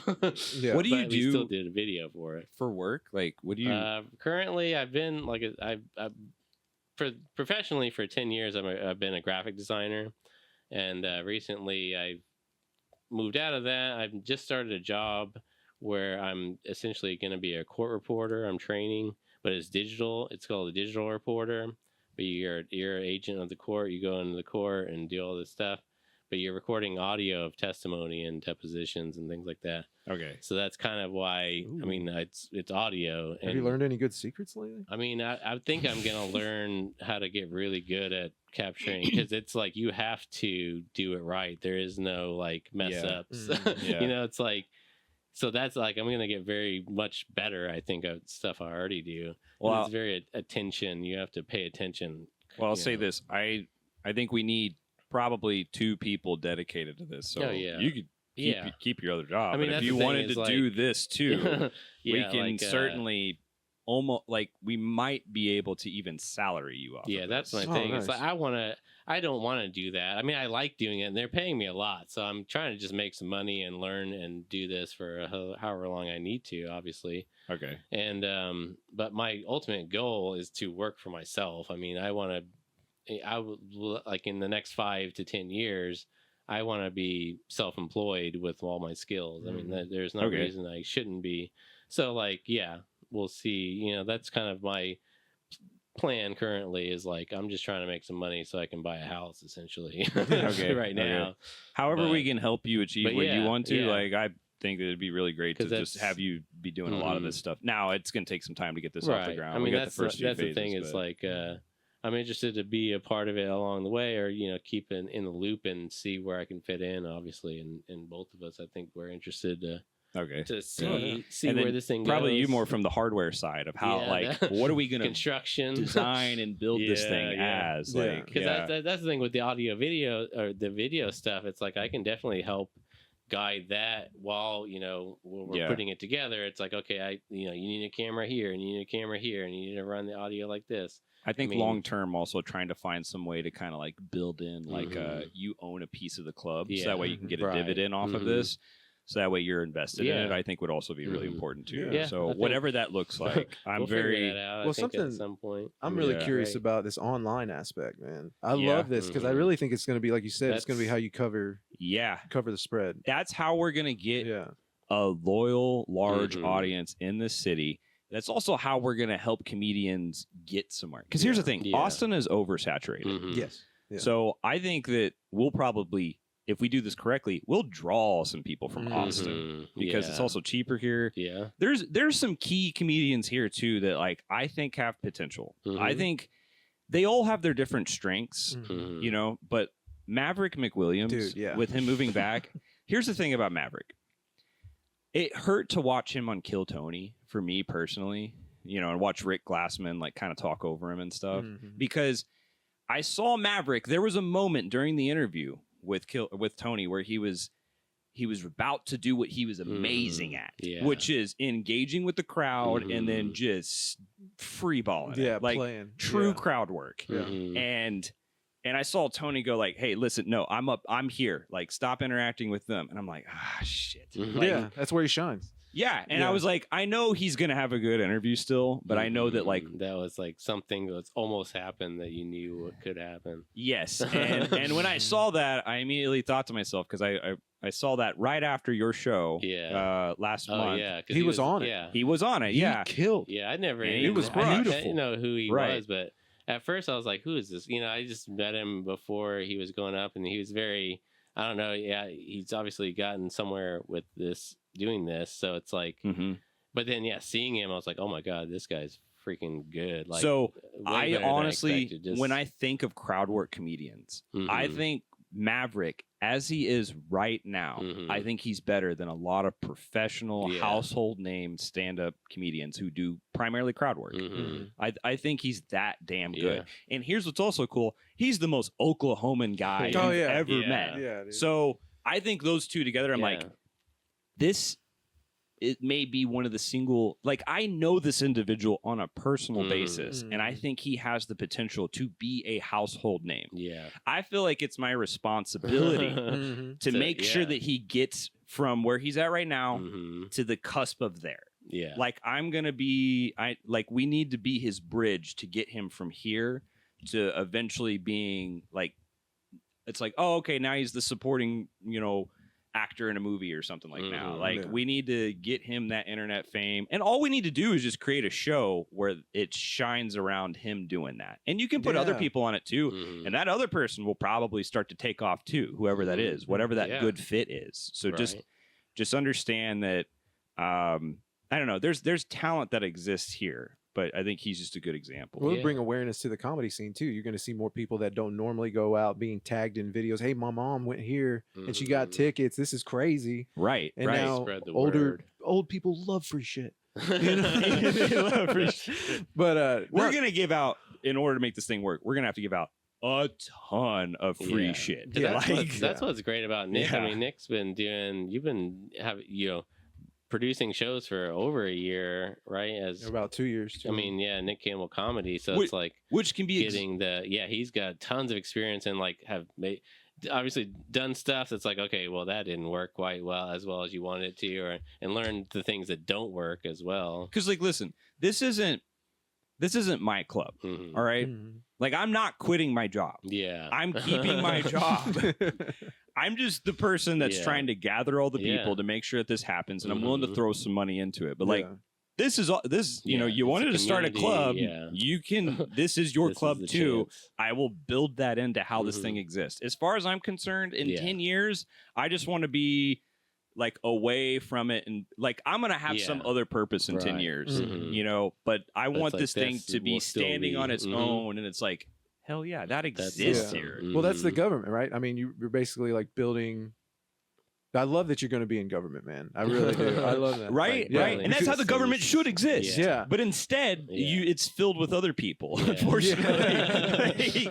More engineers in government. Interests. Yeah, a lot of interests. Yeah, but no. Like, what if I was the mayor in 15 years? And then I'm trying to create programs that stand on their own and aren't financed by the government. Yeah. And then I step away and then right off into the sunset. That's what it should be. And then it continues to perpetuate itself with the people that want to build it. Yeah. Yes. Yeah, that's the whole. That's government. Systems outlive people. Yeah. So when are you going to be president? I mean, come on, dude. Quit fucking around. Come on, bro. Yeah. We'll what? Okay. Before we get any further, what part of government do you want to be in? I could see myself bare minimum wanting to do either state house or state senate. Okay. Yeah. Or city council or mayor. What do you run? Are you Republican? Or what are you going to run? I'm pretty. Oh, that's what you meant. Yeah. I'm pretty moderate. Yeah. I'll lead with that. Me and my wife are both pretty moderate. We lean slightly conservative. We lean slightly conservative. What would I run as? I'm going to be honest with you. I don't know. Yeah. Because I have donated to a lot of politicians on both sides in this state. And I think as I talk to them, I'm kind of trying to understand, like, what would I really be? Yeah. And I honestly think that I'm just going to end up being wherever I'm most useful. I mean, yeah. Because I'm an engineer. I'm very practical. As far as I'm concerned, I'm a means to an end person. Yeah. So how do I get into the position to do the work that I need to do? So that's what I care about. That's what I was going to say. It's like, I think when it comes down to it, it's going to be whatever is most advantageous is what you're probably going to choose. That is true. But once I'm in the position, I do care about creating the shit to walk out of it. I think political affiliation at some point is just like, okay, what is going to help me get what I actually want? It doesn't, it's like you don't really care one way or the other because it's like ultimately. And that's how most of them function. Yeah, I mean, as it is. But the thing is since I operate close enough to the middle. I think that kind of one of the benefits of having a very successful club in Oklahoma, which is what you're going to have, and also we're going to have and also being a cybersecurity engineer and being successful in that is that you're going to have fuck y'all money. That's what you know. That's funny. That's the thing. It's like as a mayor, you want to be able to not be swayed, and I already appreciate that about you. That is important. If you already have your kind of fortune or whatever you have financially, you don't need these. That's why I like crap. If none of that works, I have my VA checks. Yeah, yeah, dude. Again, fuck y'all money. But literally the Republican thing or the wherever you plan on taking off from, something I learned, and this is just outside of, I mean, I wanted to run for public office too, so it's but again, it's 10 years from now after the kids are gone. Yeah, let's do it together. I'll support you. That's what I'm saying. I'm just gonna throw everything on you, dude. I just want to be the we'll do a political treasurer of Dell City because they ain't got nothing to do. But no, what was I gonna? Oh no, I to the point now to where I'm no longer. We used to always be Democrat.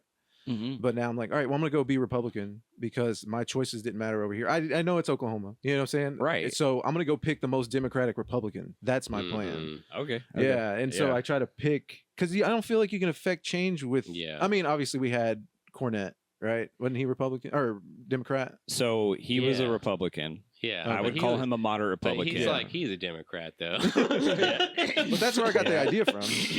Same thing is. That's what I mean. It's so, like, you kind of have to go with a Republican. The last couple Oklahoma City mayors have been that template. Yeah, they have. I mean, that's David Holt. I love that's David also Holt. David Holt. Yes. It's like I don't know if what side he's actually on, or his if he's an R or D. But it's like I like him. I don't care either way. I think that he seems more on my way of thinking. Whatever, even if he is a Republican. Yeah, and admittedly, maybe the tides turn a little bit. Maybe because we're going through a bit of a party identity shift right now. And I was gonna make a whole video on that, but I don't know. Do you have a YouTube channel or anything? I don't, okay. And I think in the future I might kind of talk more in depth about some of this stuff. But I do think that when it comes to politics, I don't know that these two parties need to work against each other to some degree. Yeah, because the thing is. I've heard a lot of Republicans complain about like DEI and the whatnot, and I do orientation at my work, and that can be a very contentious topic. The Republican Party has become more inclusive in the past decade.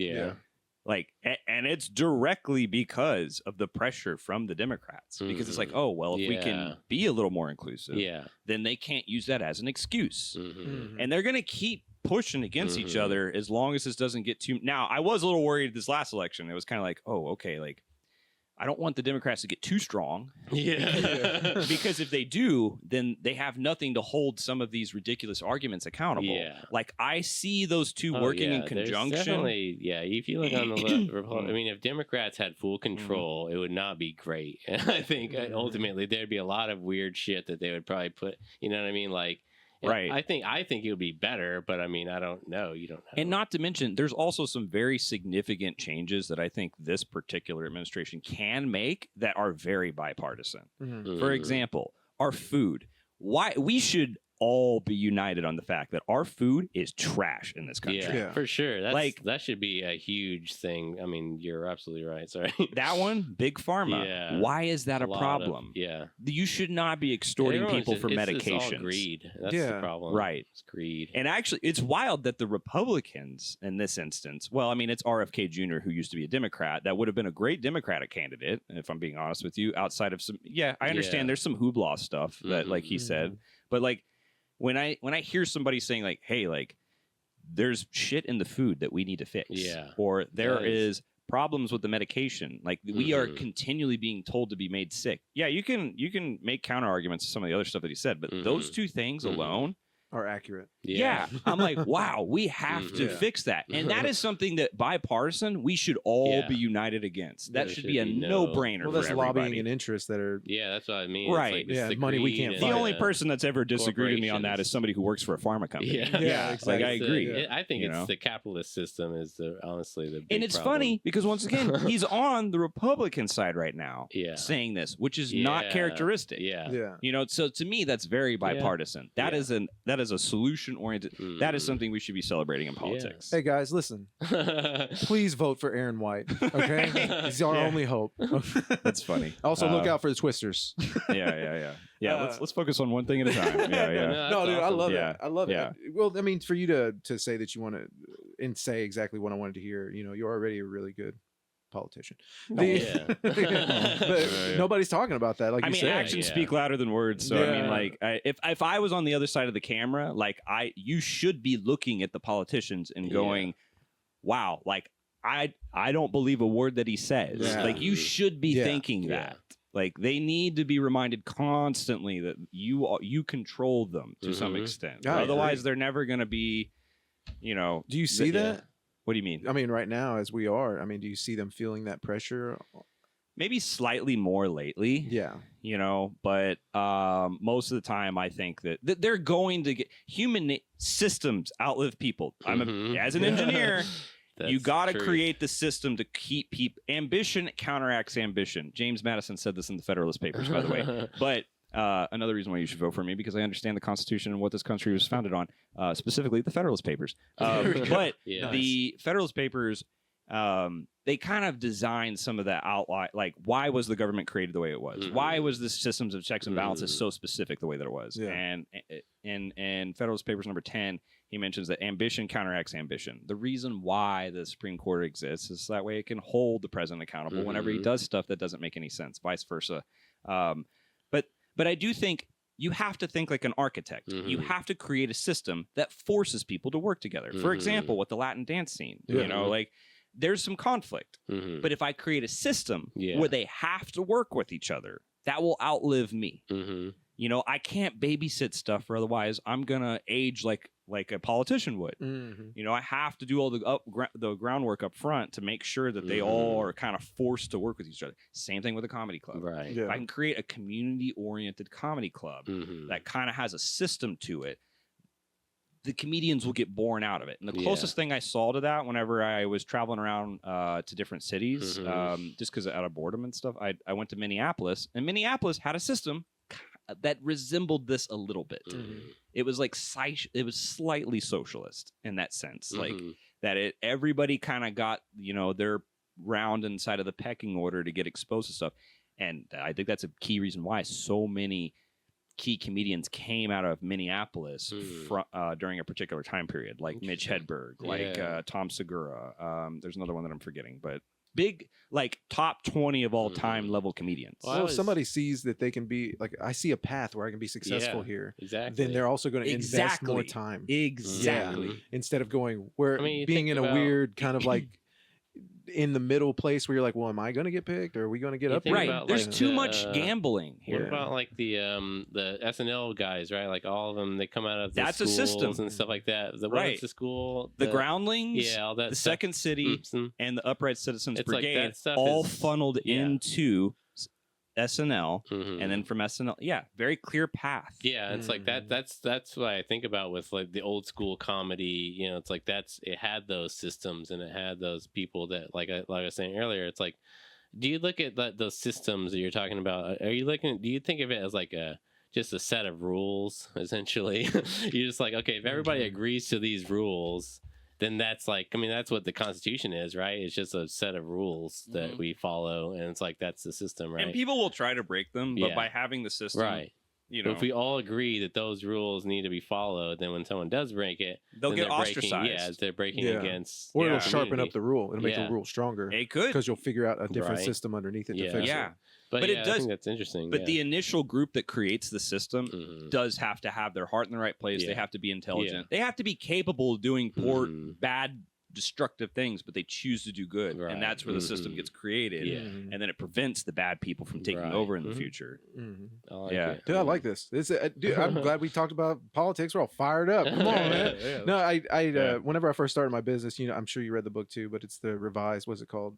But they talk about McDonald's and creating the systems and not creating that bottleneck, was what you were talking about. Of like, well, I have to be here. If I'm not here, this thing doesn't run. What's the name of the book? Do you know? Man, what was it? So like one of those famous. The one with Ray Kroc? Like, it wasn't about him as an individual. It was about McDonald's as a system. No, they were talking about systems and wearing different hats, because when you're starting out as a business owner, you're like, all right, I have to be the technician, I have to be the accountant, I have to be this, all right. And so what it basically says, create standard operating procedures, so that you know, hey, you can hand it off to somebody. This is your job. Yes. All right. This is the criteria in which you're going to win. If I see you do anything else, then we're going to talk about that, and we're going to talk about you leaving. You know, something like that. But expectation set and then maintained. Yeah. Right. I don't remember. Yeah. Anyways, but anyways, the idea is like the lean startup, maybe. I don't know. It kind of has that vibe to it. Yeah, there's probably several. I mean, I'm sure there's multiple books that have said that. Yeah. Well, anyway, after a while, all the self-help books start to sound the same. But I see what you're saying. Though. Yeah, the idea is to have a system or standard operating procedures that everybody knows and kind know abides by. You know. Yes. Again, expectations. I mean, that's something that like I've been going through like since I left the news. I was like in August, I think. I worked for FedEx for 3 months before I got this new job.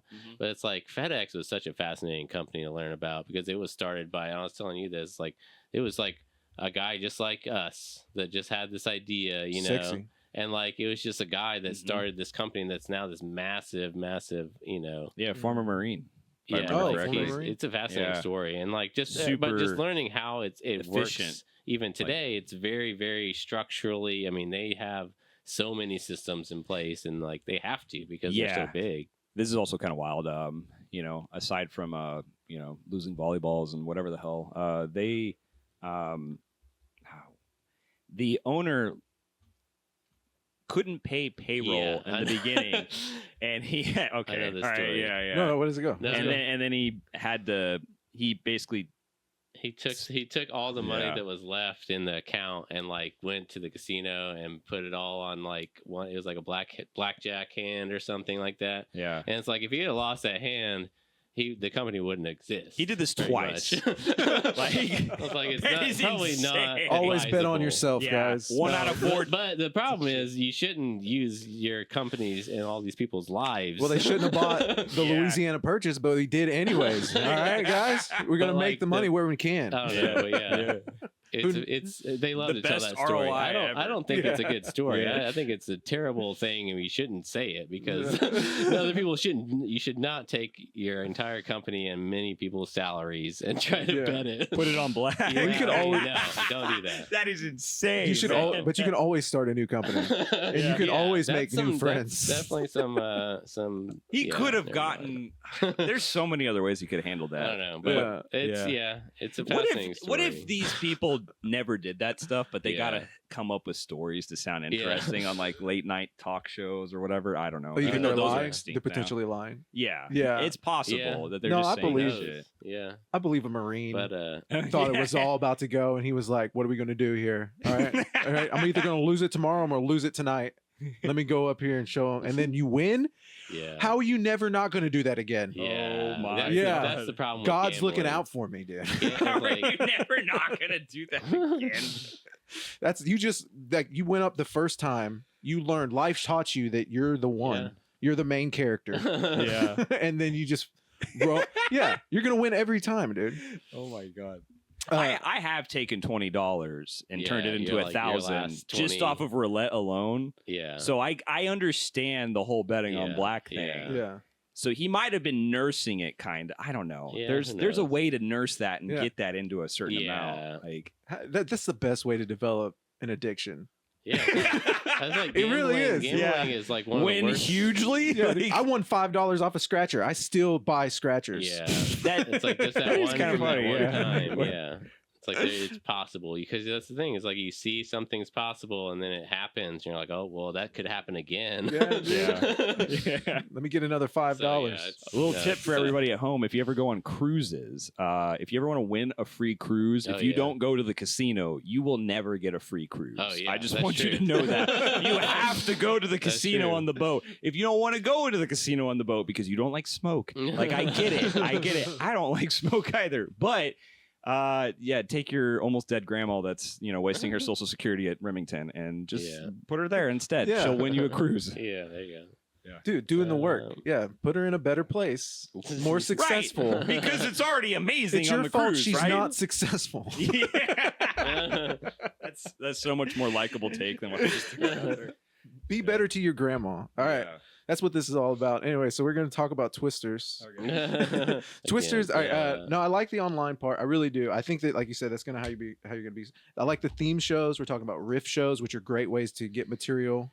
Yeah. I like the sketch comedy shows. We already have really great people at improv.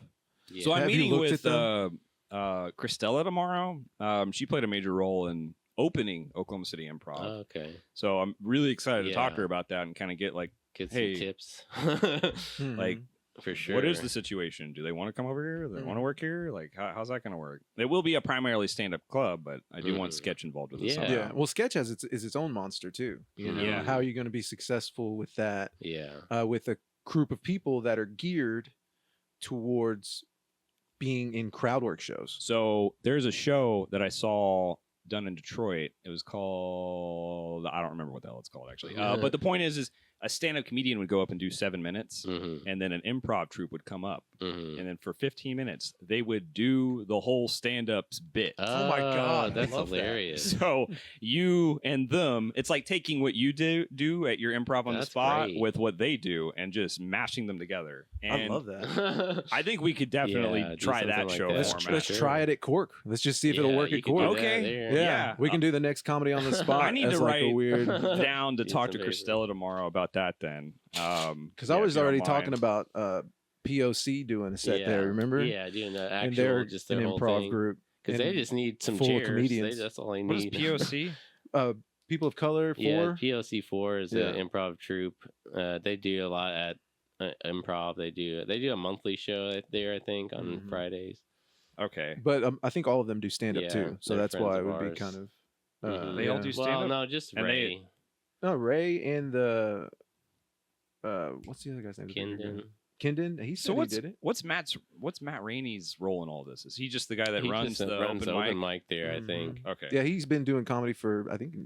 I remember a him long from a while time back. here, Yeah. He's Yeah. pretty A good. very funny guy Yeah. and super helpful. Yeah. Okay. I know. I want to start. I'm gonna go to that mic this week. I should have went last week because I need to start going to a mic regularly. I don't not to do stand up. I just want to go. Okay. Don't get it twisted.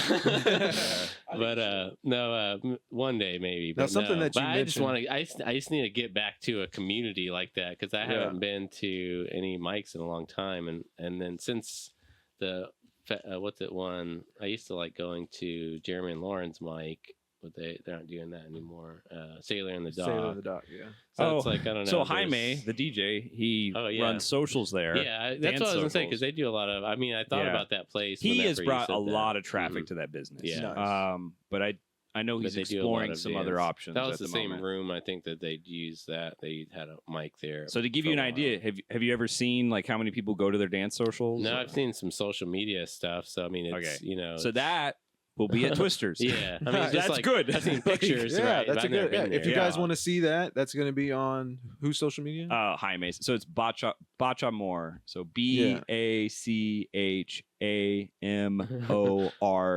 You're welcome, Jaime. Yeah. Anyways. Yeah. No, that's great because Yeah. people can see what they're going to get with the dancing. Mhm. Yeah, I'm actually really excited about that. It's awesome. I Yeah. want the comedians to see what Jaime's doing, Mhm. because and you guys, it's super easy to be public about the fact that he's going to be an investor in this because like Jaime's going to vibe really well with the whole like he's going to be the club DJ, like he's going to probably, I could see him doing some stuff with some shows. I don't know what specifically yet, but nice. Yeah.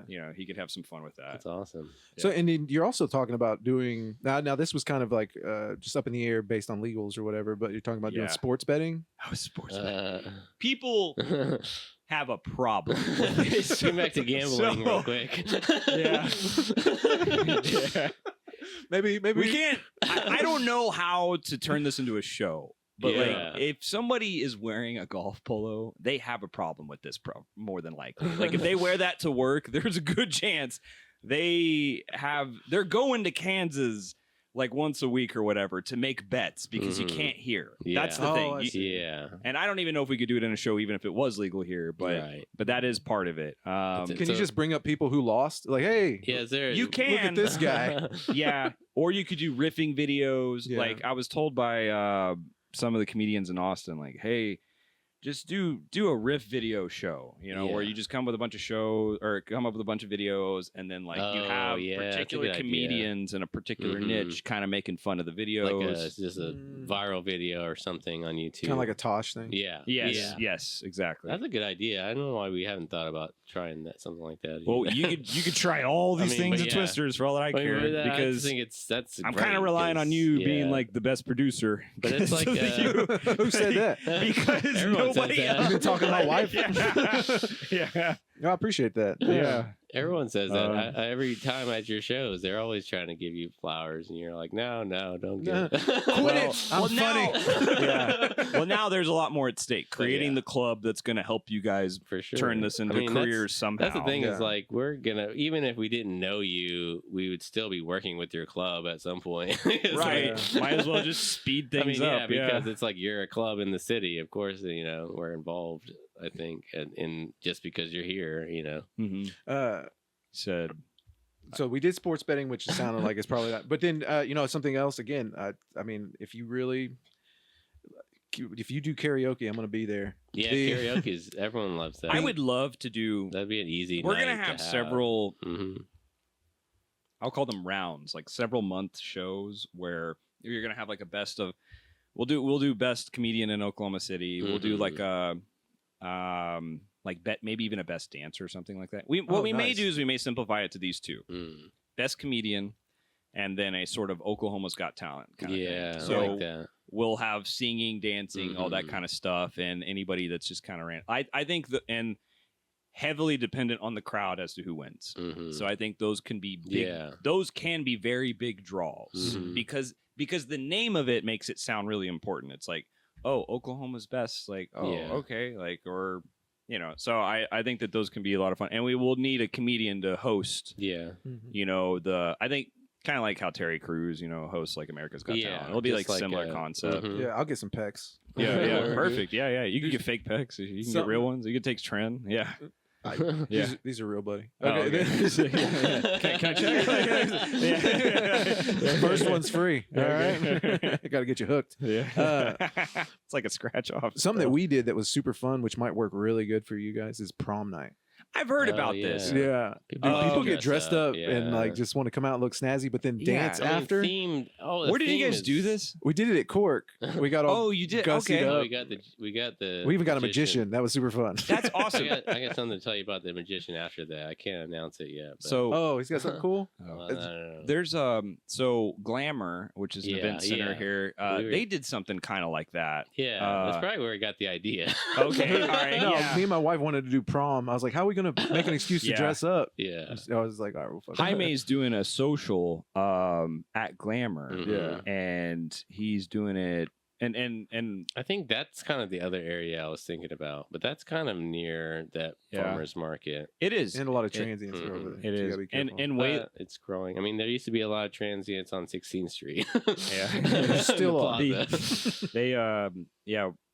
the owner Waylon, he was talking to me about like, hey, maybe you could try some of this stuff and run it out of my venue and stuff. And my concern with his venue is just like beautiful venue, one of the prettiest venues I've ever seen in the city. And it's crazy because that venue got wrecked by some stuff like I think 3 or 4 years ago. Like all the windows got. Oh wow! I think it was during BLM. Like it was just line of fire right in front of the police station. But he fixed that place up. It looks beautiful. Oh yeah.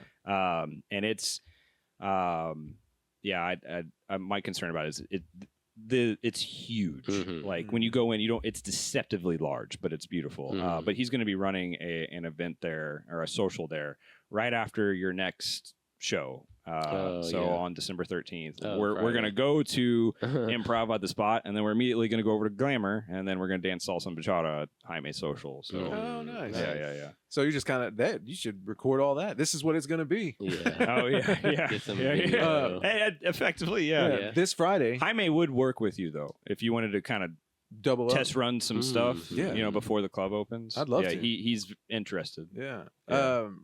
Well, yeah, like I said, it's this Friday, December 13th. I'm actually headlining at Put a Cork in It, in case you guys want to come out. This will be after, right? This will be released after? Or this is actually weekend? The day of. The day of? So you better get your tickets because they're probably sold out. We're almost there already. But yeah, no, I like that. I like the prom night idea. I like because of the dancing. I just very open to doing that. I'm open to doing anything that works, man. So you have full reign to just let's do all the stuff. Let's do this. What perfect world? All right, you're waking up in the morning. The club exists. You're like, hey, Mrs. White, Rosangle. Yeah, everybody struggles with it, so we just call her Ross. Ross? And since everybody's going to know her, since she's going to be the club manager, we'll just call her Ross. Okay, but Ross is cool. But it is Rosangle. Rosangle. Yeah, nice. Rosangle. Rosangle White. Yeah. Okay, you wake up, Rosangle White. Hey, baby, how's it going? I'm going to go off to work here in a second. I got to go make the laughs. She wishes I talked to her like this. I need to do that. I'm sorry. I wake up in the morning and I'm just like, world. I don't want to fucking wake up. This is a perfect world. Yeah, you're right. Fantasy. First off, you're up at 5 to go bake the laughs. Okay? Yeah. Maybe you're not doing it right. Probably not. All right, but you're up. First, hey, I'm about to go to the club. Walking into the club, the whole experience, leaving after. What is it? Tell me what it's like. When you walk in, I want you to. There's probably going to be. The lobby is going to effectively be the dance area more than likely. Like when you first walk in, and there will be a bar in there as well, and you can teach classes in there, or you can have socials there. So you will be able to walk a little further, and we will need things like a green room and a podcast room and bathrooms, and I don't know if we'll operate a kitchen inside of it or not yet. At the very least, we'll kind of have some sort of area where we can operate finger foods, close to or like inside of an area connected to the bar. We will have a small comedy room that will kind of come first before the larger comedy room. I want it to be so that way when you walk out of the large comedy room, you will have to go into the dance area in order to leave. So that way you're kind of exposed to it, you kind of see what's going on. So on weekends, for example, on Fridays and Saturdays when we're running like our bigger shows or like our traditional shows, I should say, we'll have socials running by the time you leave the show. So you have a 7 o'clock show. That's a good idea. You walk out at 9. The social's basically starting with a free dance class usually, or something like that. Yeah. And then the 9 o'clock show starts running, but we'll have it far enough back so that way it's audio proofed. Yeah, and we'll have to probably still audio proof it on top of it. I don't know how, but like, figure it out. And Ideally. then by the time they're leaving at like 10:30 or whatever time that we decide to run that show, the social will kind of have already been going effectively. So, so that's what a Friday or a Saturday looks like. Yeah, I like that. We could do ticket packages of some sort as well to kind of get people like, hey, you get access to both, or we'll be giving out all kinds of stuff too in the beginning. I'm sure the goal would be for once we hit the end of year 2, I would hope that this thing is very stable. Yeah. I don't expect the first year or the second year to always be like an easy ride, but the goal is by the end of year 2, all right, we have our rhythm. We know how this thing's working. Yeah. So what's Monday through Friday look like? So Monday through Sunday. Yeah. So if that's Friday and Saturday, and then the small comedy room can be converted into a salsa room if we can grow, or like a secondary dance room if we can grow it, or whatever, or a versatility type room. Who knows? Maybe that also functions as a podcast studio simultaneously. I don't know. Just depending on what space we have. I would say Monday through Thursday we will have open mics, classes, live shows.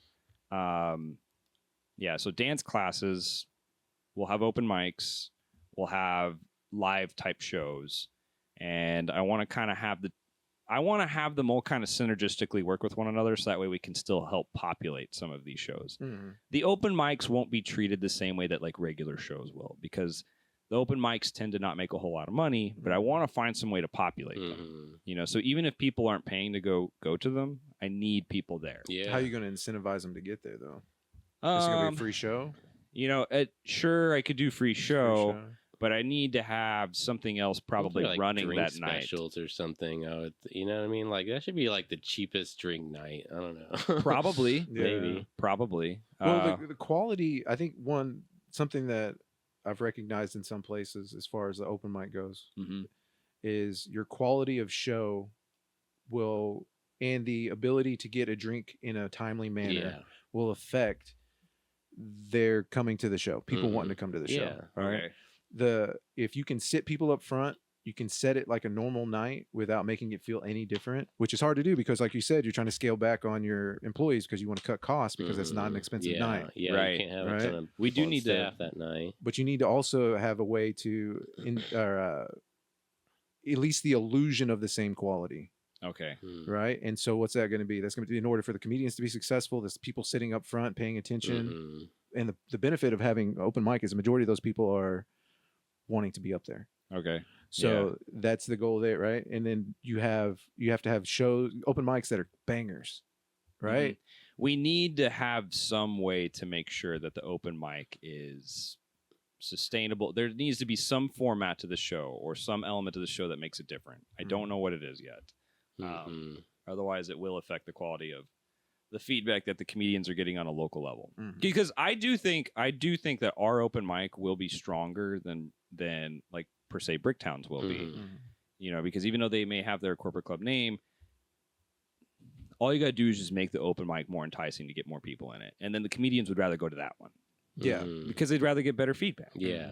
And then on top of that, the ceilings will be lower. Yeah.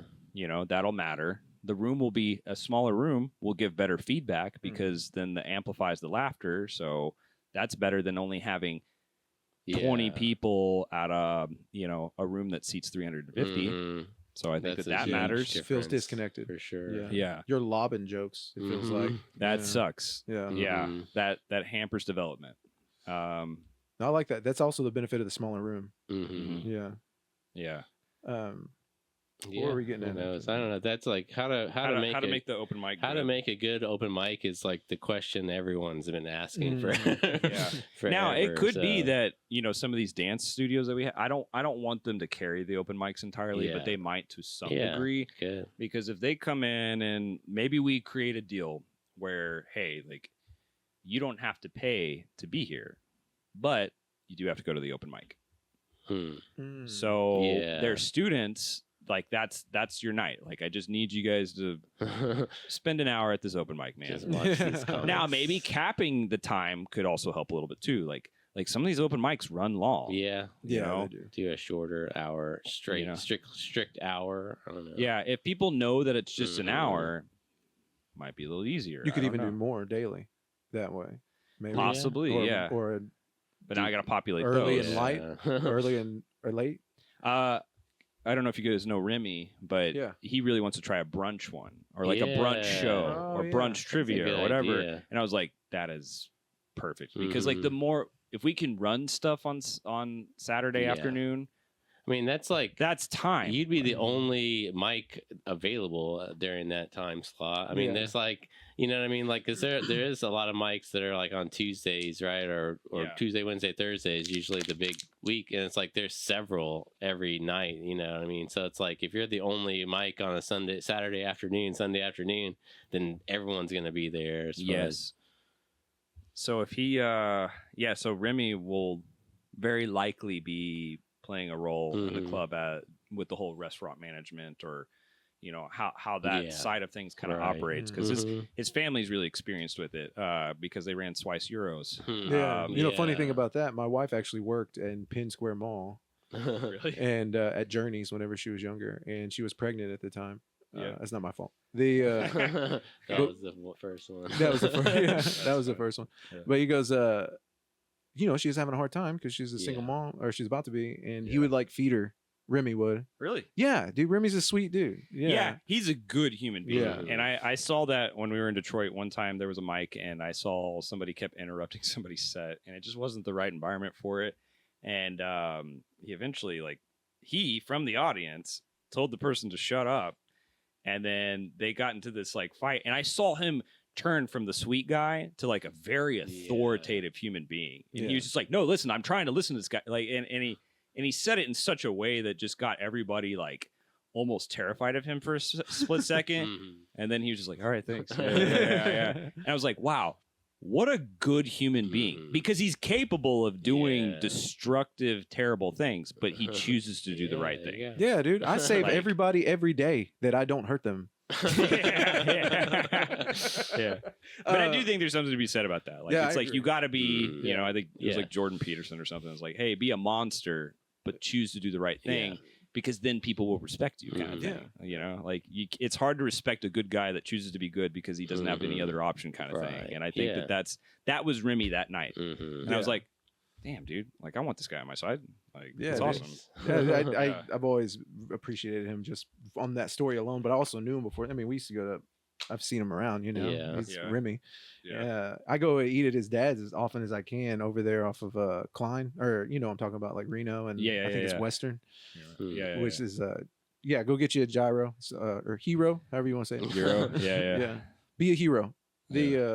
But yeah, no, it's great. So let's kind of wrap this up here. Where can everybody find you? Facebook or Instagram. I know that things are going to grow a lot more. We're going to create pages for the club and stuff. But if you just want to add me on Facebook, it's fine.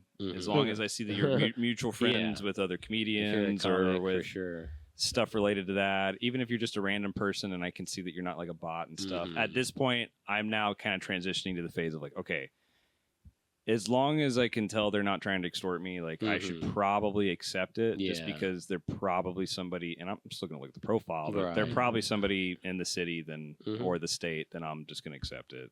Cool. And what's your Instagram handle? I need to probably create a different one, but I am Aaron White on Facebook. Right. And then it's just Aaron_Estoy, ESTOY. I don't know. Is it I am Aaron? Yeah, effectively. Okay. I like that. Nice.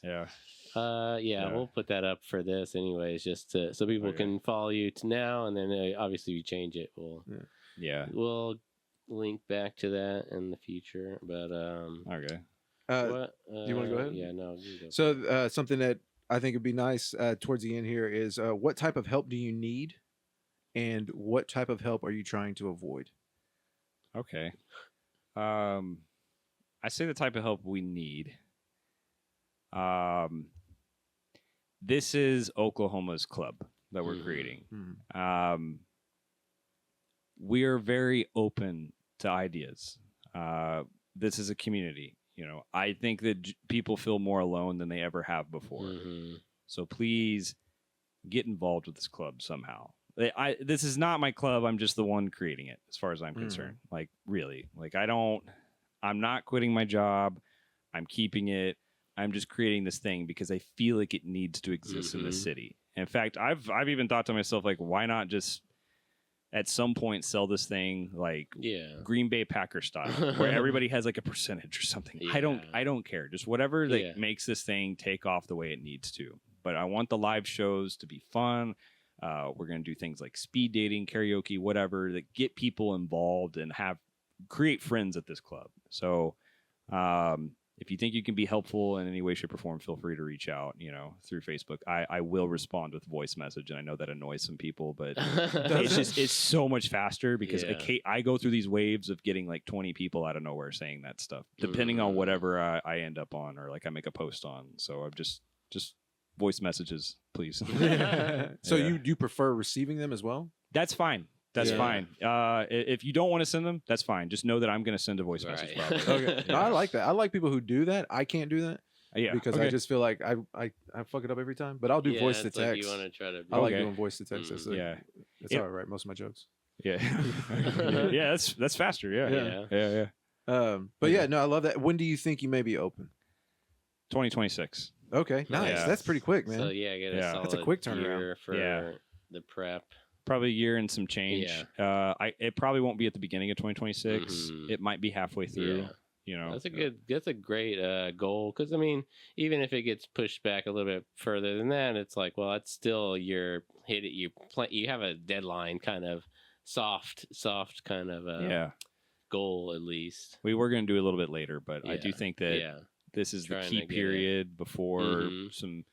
I think around 2028 things will start to pick up a lot in the city. So I absolutely agree. I think that I just always can't. I say this a lot. I can't wait to see this city in 10 years, just to see what it with the comedy and music. Hopefully that those are the things that I'm interested in seeing grow and trying to help grow. So well, you're about to be at the center of it. I think so. I mean, I think that I think that's why I keep thinking for myself too. And similar to what you say is like, this place needs to exist. It's like, I feel like that's something that I see too. It's like this place needs more entertainment options, more, the entertainers that are here, that are my friends, need more support, and that's what I'm trying to provide with this and even though setup and everything that I do. Even though there's particular, there's certain venues where people like to go play at or whatever, or there's certain districts where people, they can be hubs for different things. Well, if there's one particular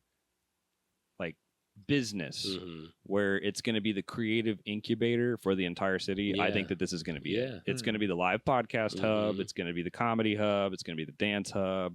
Yeah. It's going to be a lot of things. So I think that this is going to be where a lot of people get created and a lot of friendships will kind of get built off of it. So really excited for this. All right. So last fun one. Okay. Now, I want you to be as selfish and self-serving. Turn off all this nice stuff you've been saying. All right, cool. What acts do you personally want to bring into here? Personally, that you love. That I love. No money, pie in the sky. Who do you want to see here? The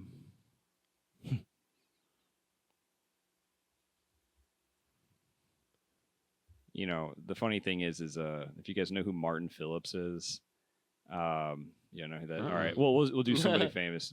But, if I had to pick somebody famous, I really think they need to be created here. Yeah, it's like that too. There's nobody truly this that exists in comedy. See somebody that doesn't exist yet. That's one thing, but we will need to shell out at least once a quarter to get some like bigger names. Like that will be a thing.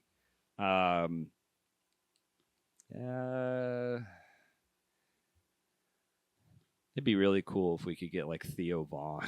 Yeah, that'd be sick. Or something like that. It's kind of reflective of the culture. Like I think that he's the closest thing. Yeah.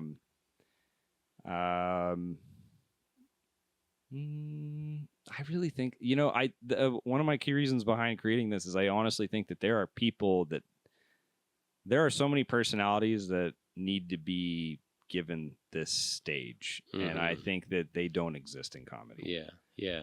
And I'm very meticulous about writing, and I want to make sure that some of these people, these voices get created. So, I know I give you one, but damn, it's really hard to give you some because, I think a big reason why I'm creating this is because I think there's a void that exists. There needs to be more. But I think Theo is probably one of the closest. Because, when I think of Oklahoma, I think of the every person. The very we're kind, we're cordial, we genuinely kind of give a shit, but at the same time, he's also kind of edgy, but you see who's on his podcast, he has everybody on it. He's very thoughtful. Yeah, he cares. Yeah, and I think that's where a lot of his humor kind of comes from. Don't get me wrong, I think Shane Gillis is funny, but how reflective of the state and the city is he?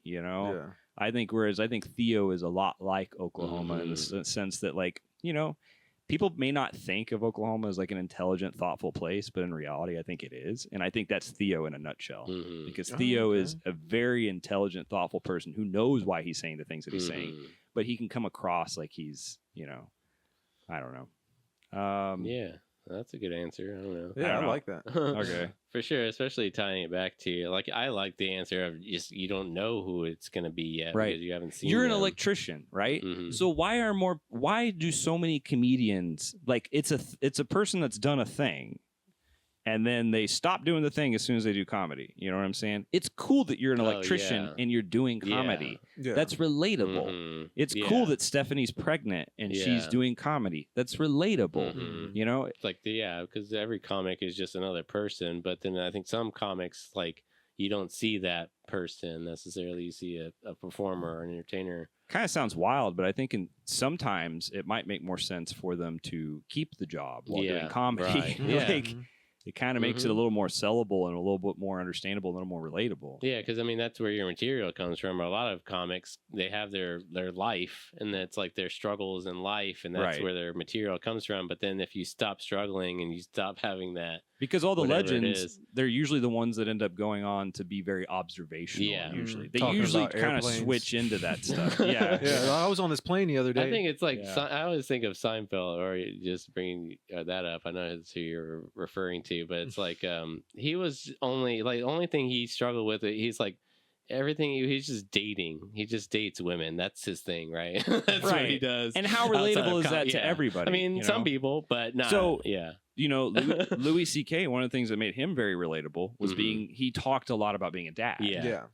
That was, or how much he hated himself. Yeah. Just he that transcended stuff a lot. It was some observational, but it was his experience in the world and his observation of that. Right. And it's incredible that he strung that career out that long, talking about the experiences as opposed to just philosophical, observational type stuff. Well, when he goes through the Bible, in that one where it's when he pulled out the Bible, he's I'm going to go through this. I was and I love Louis C.K. too, but I was still oh damn, he's run out of shit to talk about.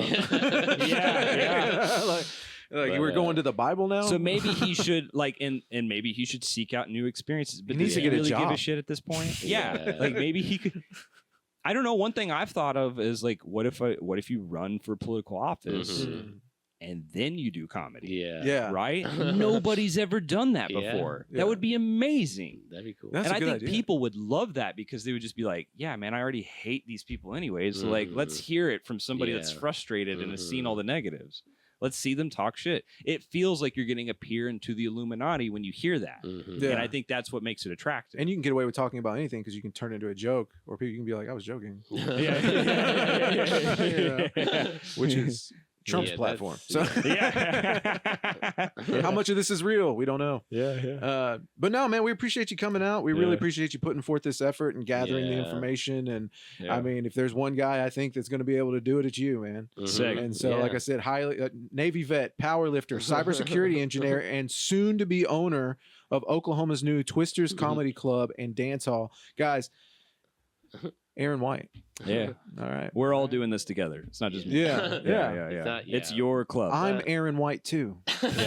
We can all be Aaron White. You are the universe, I guess. I don't know. My God. Whatever. We did it. Yeah. We brought it around. Yeah. We are all the universe. Okay. Yeah. All right, I'm done. Yeah. Hey guys, but hey, thanks again. All right. We'll see y'all next Thanks time. for watching. Be sure real quick, we have a sponsor. It's going to be Campbell and Son Electric. If you guys need any electrical needs, that's me.